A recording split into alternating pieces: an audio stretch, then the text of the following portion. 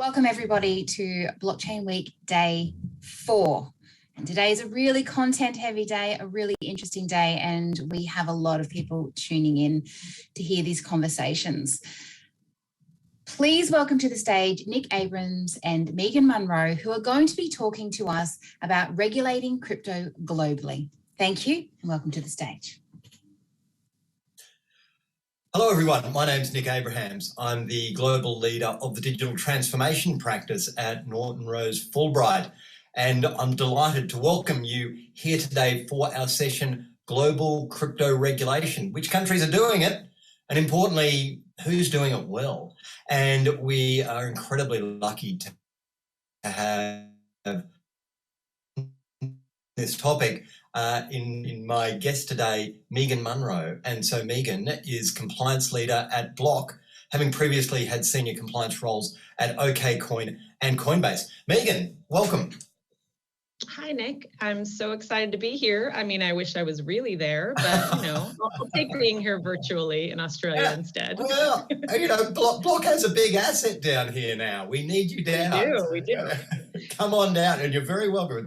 It's been wonderful to see, what's happened with Afterpay and Block and so forth. So, as a country, we're delighted to welcome you. But why don't we get into it and just talk about, you're obviously a true believer. You've been in the space for a very significant period of time, and in frankly the hardest area, which is compliance. And I guess let's just start off with a call out, which is why should people even care? Why should we embrace crypto and Bitcoin?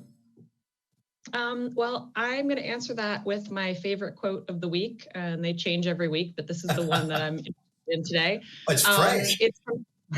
Why not? It's from the Bitcoin Policy Institute, basically that says that humans rarely, if ever, uninvent new technology. So essentially, Bitcoin, crypto is here to stay.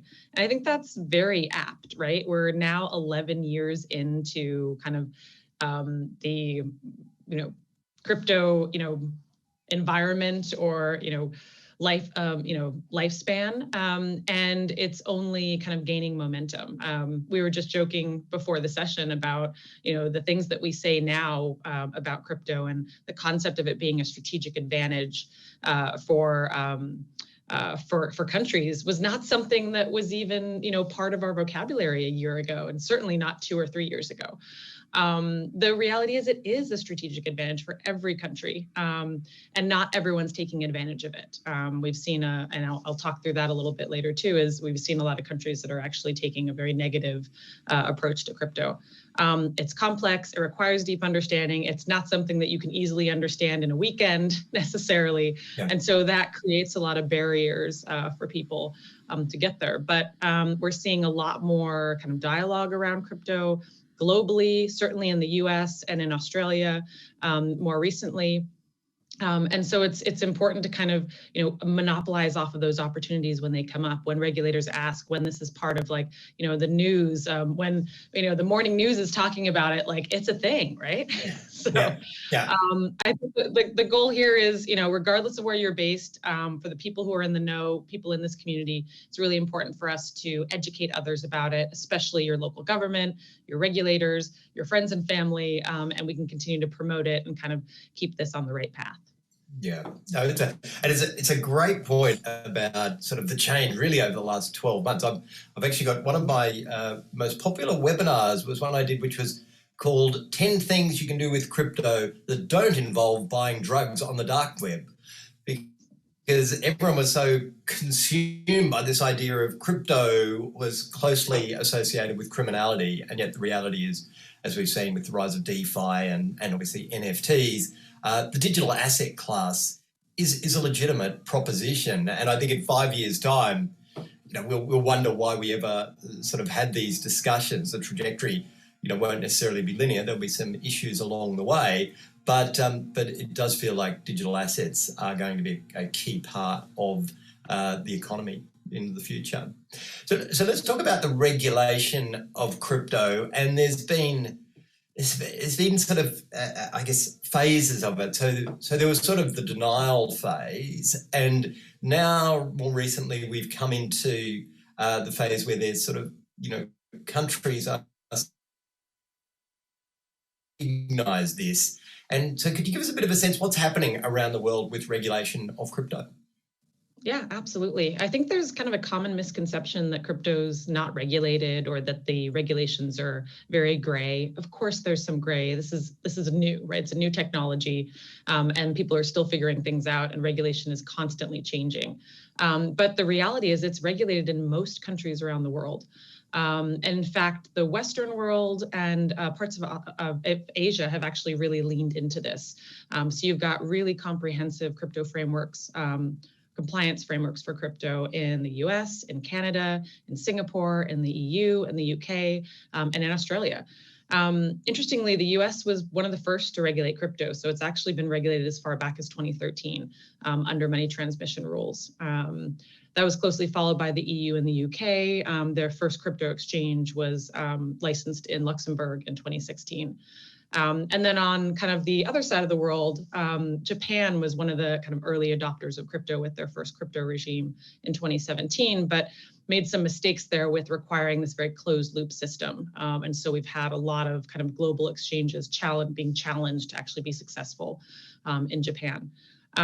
More recently has been Singapore. So Singapore came out with their crypto regulations under payments law in 2019, and you had a massive influx of companies, applying there, about 176 just in 2020 alone. Wow. But there's not been a lot of movement. There's been very few companies that have been actually approved, and we're now 2 years into the regulation, and it's going fairly slowly. So what that tells us is there's some strategic opportunities in Asia around, finding a location. Companies are always looking for a location regionally. So you're typically looking at crypto's global, right? So you can't just operate in the US and operate from the US to try to provide services to customers everywhere. So mostly the exchanges and different crypto companies will look at kind of setting up their operations in different regions around the world. And so Asia is obviously a huge, huge market for all of us.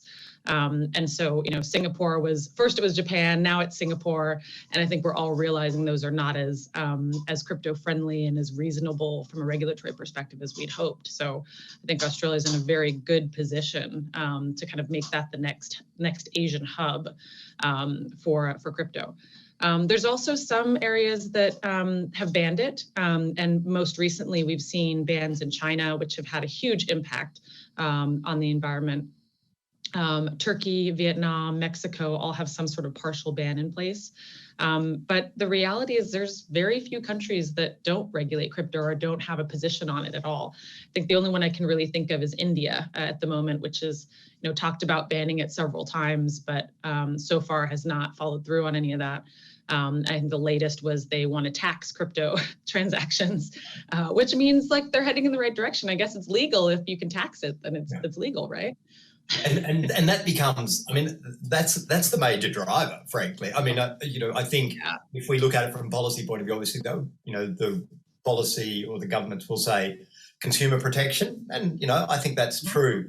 But there's a lot of tax base at risk.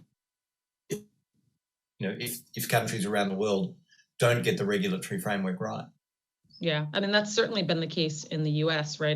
The current dialogue we have going on in the administration all was presented last year as part of an infrastructure bill that came out of the Biden administration focused on taxing crypto, but taxing all of these companies that weren't regulated and had no way of actually identifying customers so that they could send them statements so that they could tax them. So that was a major driver here for sure. Well, let's talk about, you've mentioned a few sort of attempts at regulation that didn't perhaps go so well because of the somewhat idiosyncratic nature of crypto. What are the sort of common themes that you see around sort of various regulations? And I guess particularly, what are the good areas to look at? What are the good things to look at? And what are the areas of concern? And I think that's also given, obviously what's happening with Australia and the government is looking to, get some regulation going here. So it'd be interesting to understand what works, what doesn't work so well. Yeah, I think it's perfect timing with the recent announcement by the Australian government and this kind of consultation paper, which is, kind of doing all the things we in the industry had hoped governments would do, like really embracing the technology and designing comprehensive digital assets kind of strategy or frameworks. That is actually not the norm. There's some kind of movement towards that in the EU with this MICA or MICAR consolidated regulation around digital assets, but they've been working on it for 2 years now, I think, too. So it's been a long time coming. And there are some early indications that it's not going to be as, I think, as friendly to the industry as we had hoped, unfortunately. Yeah. The common theme really is that most countries are either afraid of it, right? They're kind of claiming consumer financial protection risks. We could, read into that and realize that actually it's, this is a threat to traditional banking systems, and governments are normally, kind of have very close relationships with those systems. There's the fear factor. And so that's pretty common that we'll see, a no or consumer advisories and that sort of thing coming out, outright bans, things like that. Right. But the most common theme around the areas that regulate it is they basically take an existing regulation and they kind of, shove digital assets underneath it, right? Right. That's the theme, right? That's what's happening in the US. That's the case in Canada. It's the case in Europe with the European directives. And that works for certain types of businesses, right? That works for your exchanges, your payment providers, that have kind of these similar, services and tools that they're using and controls to kind of traditional financial services. But if you start, we're moving into kind of the DeFi space, dealing with like non-custody wallets, more of like the technology solution aspects of blockchain, that just doesn't work. So I think that's where we've got challenges, is that there's certain parts of, we're getting into the more nitty-gritty, complex technology parts of blockchain now, and that you cannot just take existing regulation, financial regulation, and overlay that. So that's certainly a challenge we're seeing in the US, and I think it's one that Australia government's kind of recognized and is doing something about. Yeah, I think that's been one of, it's a contentious issue. But what the government's proposing is actually new legislation, which is always challenging, because you always think, oh gosh, we've got to create the whole thing again, and are there existing works that we could use? And it does feel like, elements of custody. We've got some familiar sort of models there, and the exchanges that feels familiar. But then obviously there's significant other areas as well. So I think it's a bold proposition. I think it's the right one in Australia to actually say, we're gonna create something new here. And also, interestingly, there's a proposition which I think is really attractive, which will give a bit of flex to the laws, which will allow the minister for the day to sort of change the law relatively swiftly in an agile way. Just wondering, I mean, that's a massive challenge because, it's devolving a lot of power to one individual. But do you see that anywhere where there's countries are setting up separate legislative frameworks and also trying to get a bit of agility into the regulation by devolving power to certain individuals? The only place I've seen that is in the US. We had a recent proposed bill to have the acting chair of the Department of the Treasury actually have the ability to make kind of real-time decisions about regulations for digital assets. But this was not in the same kind of frame as the consultation paper from the Australian government. It was more around, hey, if we see risks, we can shut it down quickly. So I wouldn't say on the positive side. So that was something in the industry we fought pretty hard against. And also, given, you don't know if you're going to have a particular individual who's friendly to the environment or understands the environment. And so that creates a lot of kind of uncertainty. And One thing that we hate in the crypto compliance environment is uncertainty, because there is so much of it. So I can only handle so much, and then, my head explodes. Well, I mean, that's an area which is of great interest to me. So dealing with any organisation globally and trying to get global compliance is always difficult, even in, more established areas, privacy and things like that. Very difficult because each country approaches the issue sometimes radically differently. And how do you manage that within an organisation? Crypto, as you've said, is inherently global. And how do you manage that where you know that, if you're putting a product out there, it could be accessed by people around the world? How do you get comfortable with the risk? Because, do you create your compliance framework around, what is the highest degree of compliance around the world? Or what's the approach to that? That's a good question. I get asked that a lot, actually. Having designed compliance controls for a couple of different crypto companies already. And certainly, we kind of considered that approach, this taking the highest level of compliance and applying that. But the reality is that actually is a huge barrier to entry in certain countries. So I'll use, the UK and Europe as an example, right? Their kind of KYC onboarding controls are much more strict and actually very prescriptive compared with Australia or the US, for example. And it's because they classify crypto as a product as being high risk. And so anything that's determined to be high risk at the product level means they have to follow enhanced due diligence requirements for all customer onboarding. And that means things like having to collect a photo ID, having to collect an address, which already exists. And on top of that, asking a series of questions and getting additional information about employment and how the customer plans to use the platform, et cetera. Now, apply that, which Europeans are very familiar with and comfortable with because they're used to, providing that information, but apply that same thing to, Brazil, right? Or apply that same scenario to, Nigeria. There are, different address implications. There are different types of identifications that are available in certain countries. And so you're kind of limiting financial inclusion. Yeah.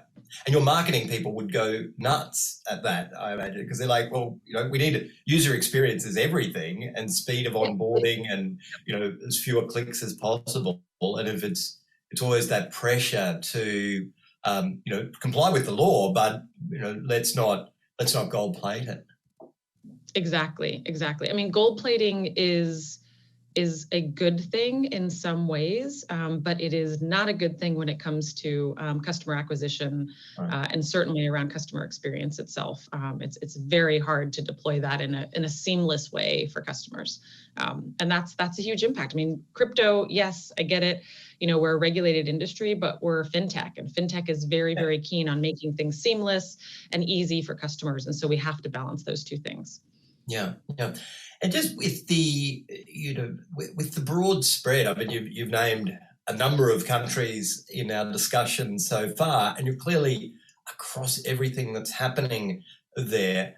Can you give us how do you stay across all of those countries and all of the regulatory things that are happening in the space? Yeah, it's not easy. One nice thing about my role is my job is to stay up to date. So, okay, well, that's handy. I'm doing my job is one thing, but the reality is, when operating in this global space, you have multiple entities, you're serving customers in, even more jurisdictions around the world. And so you've got to be aware of what's going on, and it is constantly changing. I tend to have people on the ground in places where we have operations. So that's really important, making sure you have a local MLRO or AML officer who is plugged into everything that's going on, and you're going to get real-time updates. In places where we don't have a physical presence, I use outside counsel. That's, kind of the best thing to do. And I have some tips and tricks for identifying good outside counsel. the main thing you want is someone that you can be able to call and ask them a question and they're going to answer your question. And that is not always the case, right? A lot of times lawyers want to write you up like a 3-page document. No, I want an answer and I want it now. Yeah. So, or they want to actually read what the actual law is and then come back to you. Yeah, with their interpretation. So I think it's, you interview a few of them, look for someone who's more practical, more agile, and really seems to understand the local regulation and is kind of, plugged into the regulators themselves, has relationships there that just, completely improves the entire experience. And we've had a lot of challenges with, outside counsel in Singapore, and that's not necessarily their fault, but just the regulators themselves are constantly changing what they've decided the interpretation is. So the lawyers are struggling to keep up. Yeah. And just with the the idea you mentioned there, where you have a local presence. Why do you need a local presence? Why would you put an office into a geography? Is it not possible to run sort of crypto businesses just globally from one centralized area? I mean, that would be ideal, Nick. I think we'd have a lot less work to do if that was the case. But the reality is that if you want to operate in certain countries, you have to be regulated there. So, in a lot of these large jurisdictions, US, you have to be licensed in the US to provide services to US customers. That's the same thing for a lot of places around the world. There are a few countries that have something called territorial perimeter restrictions, which mean that if you are not based locally and you're a foreign entity and you don't do any local marketing, you can essentially operate there without a license. So the UK is one of those examples. But not all countries have that. And so if you want to provide services to certain jurisdictions, you have to be regulated, you have to be licensed. And where you're licensed, typically part of the licensing requirements is to have a local entity. There's other benefits too. I mean, the marketing differences, right? I mean, we're talking globally, right? Consumer behaviors are different in every single country. And so there's a lot of benefits to having that local presence. The other thing too is in regards to licensing, what I've found is, we kind of tried the bare minimum approach first, which was, we put out an MLRO and maybe, like a marketing and an IT person in these different places having to do multiple entities around the world in order to be operational. And then found that, our licensing applications were taking longer than we expected. And what kind of ensued is that in certain places where I found that, we wanted to put more people, as soon as I upped that local presence, as soon as I added additional resources, especially around critical processes like compliance and marketing, and HR and IT and risk, the regulators were all of a sudden approving our applications. So there's something to be said about maintaining a strong local presence, not just a bare minimum local presence, if you are serious about operating there and you want to kind of fast track your licensing. Interesting. Okay.